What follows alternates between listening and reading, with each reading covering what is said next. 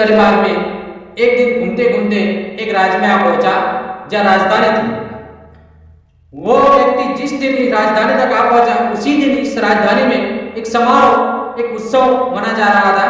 और वह व्यक्ति लोगों से पूछता है कि ये सब क्या हो रहा है, और लोग उसे बताता है कि इस राज्य में एक समारोह योजा जा रहा है, आर्थिक गठबंधन समारोह।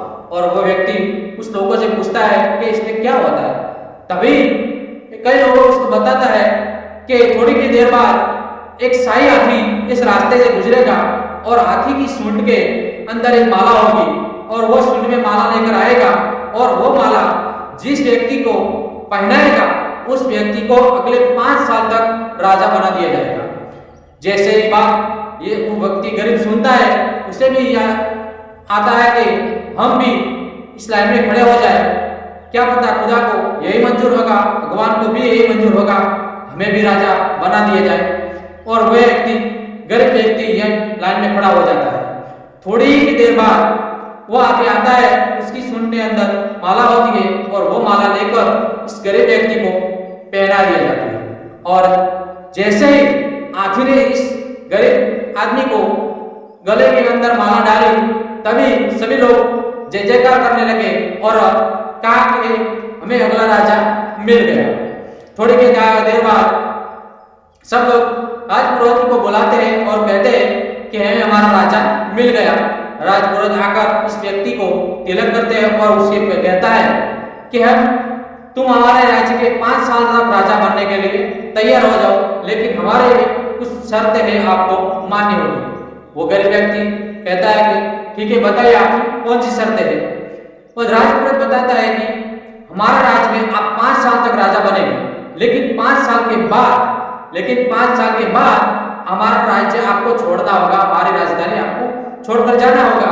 और छोड़कर जंगल के अंदर जाकर एक नदी है, और नदी पार कर उस तरफ जंगल में जाकर एक छोटा सा प्यारा सा गांव है, उसे तुम्हारा जीवन बिताना होगा।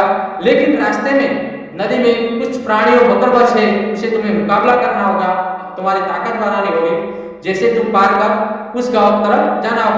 कई राजा गए थे और कई राजा उसने जीवन गंवा दिया है और मर चुके थे।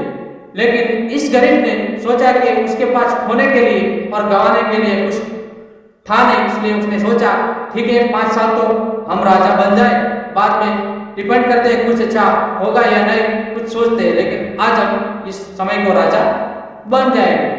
वो राजा बनने के लिए तैयार हो गया और उसको राज्य में राजा बना दिया गया। जब ऐसे 5 साल उसने बेहतरीन समय मिला, उसमें उसने अच्छा काम किया और लोगों का खास काम कर, लोगों को देखभाल कर, तो वो राजा फेवरेट राजा बन गया लोगों के लिए। और राजा बनने के बाद उसने अच्छा काम कर लिया कि राजा उसने बहुत लोगों को पसंद भी आ गया। लेकिन 5 साल कब बीत गए उसको पता ही नहीं चला और उसे विदाई का समय आ गया। एक दिन सब गांव लोग मिलके ढोल बजाने के बाद, नगाड़ा बजाने के बाद उसको विदाई करने के लिए तैयार हो गए। राजा वो विदाई के लिए तैयार हुआ, वो जंगल तरफ सब लोग जा रहे थे। जब नदी के पास पहुंचने लगे तब वहां लोग सब ढोल बजाने के लिए आ रहे थे और राजा को विदाई करने के लिए भी इकट्ठा हुए थे।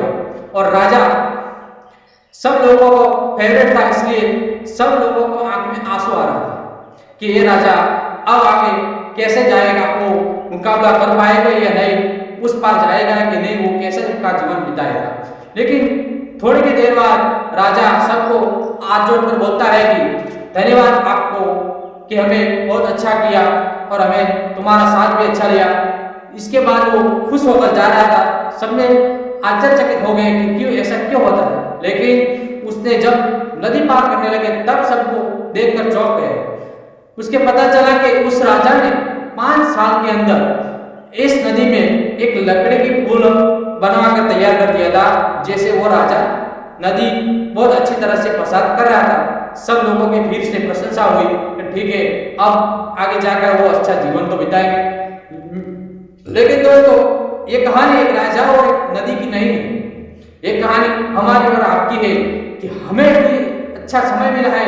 एक समय के अंदर हमें इस जीवन में कुछ ऐसा करना होगा कि अगले समय में जब हम एक लिमिटेड समय के अंदर कुछ अच्छा कर कुछ दुआओं प्राप्त कर कुछ अच्छा काम करके हमें जाने के बाद हमारा जाने का समय आए, तब हमें कोई मुकाबला न करे, एक ऐसा पुल बना दिया जाए कि जिसके हम कहते हैं कि उस जगह जहाँ कहते हैं कि लोग नरक में न जाना पड़े और अच्छी दुआओं प्राप्त कर अच्छा कर्म कर आप अच्छे लोग तरह जिए। इस दुनिया में कई लोग आते हैं कई लोग जाते हैं, लेकिन उसका कर्म ही अच्छा है और उसका